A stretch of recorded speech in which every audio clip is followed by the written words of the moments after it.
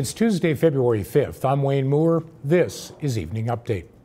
At the top of the news, there could be an end in sight for commuters who travel Highway 97 between the Central and South Okanagan.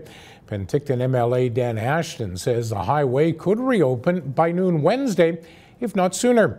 The highway would open with one lane each way. Blasting work done Monday sent about 100 cubic meters of material down and improved access to workers. A rock slide hit last Thursday evening just north of Summerland, but a larger slide Saturday forced a complete closure of the highway. This is not the first time motorists have been stranded for days on end because of a slide on the highway. That has prompted some to wonder if there might be a better way to move people around the debris. Chelsea Powery tackles that story. Frustrations have been high with the closure of Highway 97 in Summerland, though it looks like the end is in sight. Some commuters have been complaining that there must be an easier way around the slide, perhaps a nearby side road or even a ferry service. Penticton's MLA Dan Ashton says that while these ideas are creative, they're not as simple as they sound. Strategically, there may have been an opportunity to drop off of the highway, and I think it's Callum Road that goes along and then come back up. That option was used throughout the weekend, he said, strictly for hospital transfers. They didn't open it to the public in case the slide continued down the hill.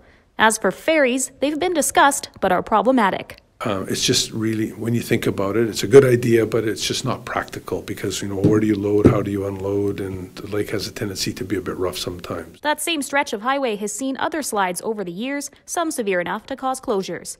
In 2008, a fissure opened in the rock face and the highway was closed for 19 days. I know that they have some very good people looking at it, but again, people have to realize, this highway is cut into literally the side of a cliff. And it doesn't take much when you're driving north or south on that highway and looking up and, seeing those cliff faces above it. So we have to be prepared. This isn't like building roads in the prairies. In the future, he says response could be handled differently. If something like this was to happen again, to be prepared a little bit quicker to open up the 201 or something like that. The Upper Mission Room in Vernon is in desperate need of warm blankets, sleeping bags, boots, gloves, jackets, and toques. As a nasty cold snap grips the region, it is making life exceptionally difficult for the local street community. Mission manager Sarah Brown says one man said it feels like he's frozen to the ground when he wakes up.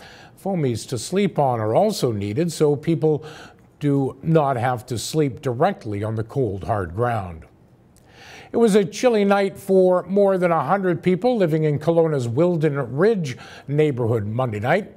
FortisBC crews are still investigating after 130 homes went without natural gas for 12 hours. One resident tweeted, "Can we have our heat back? 140 homes with no heat overnight. Not the best idea when it's this cold outside." The deep freeze gripped the province has caused power consumption to spike. That according to BC Hydro. The cold snap saw peak electricity demand increase by 13% on Sunday and Monday. With colder than normal temperatures anticipated all week, the utility is preparing for near record-breaking loads. Hydro is forecasting peak hourly demands in the range of 9,600 to 10,000 megawatts. Colin Bazaran raised more money than the rest of the field combined in the run-up to the election as he was re-elected mayor in October.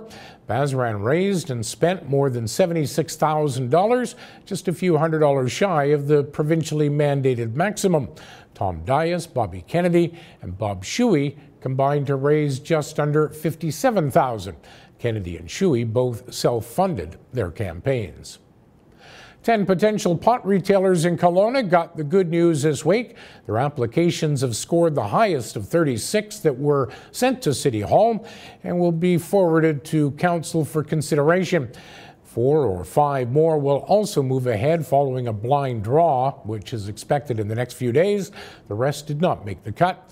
Planner Ryan Smith expects applications to hit Council's desk sometime early next month.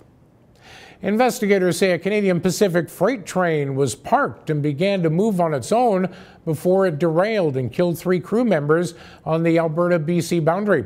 The Transportation Safety Board says the westbound train had been parked on a grade for 2 hours near field when the westbound train started rolling. The board says the crew had just boarded the train but weren't yet ready to depart.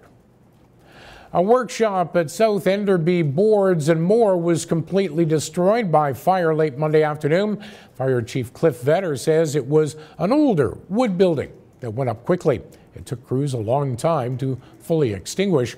Vetter said the owners did not have insurance on the workshop that was filled with product and tools. No word on the cause. A 5-story building is being proposed for an empty lot on Front Street in Penticton. City Council will get their first look at plans for the lots on 24 Front Street at Tuesday's regular meeting. The official community plan will have to be amended for the area. Currently, a 3-story limit is placed on the height of buildings on Martin Street and Front Street. Okanagan weather, partly cloudy overnight with lows to -18. Clear Wednesday, highs to -11. Should warm up a bit Thursday with flurries and snow expected Thursday and Friday. Coming up tonight and tomorrow, how the homeless are dealing with the cold and an ex-Kelowna Rocket in the middle of a hockey brawl. For details on these and the rest of the day's news, keep it here at castanet.net. For Castanet News, I'm Wayne Moore.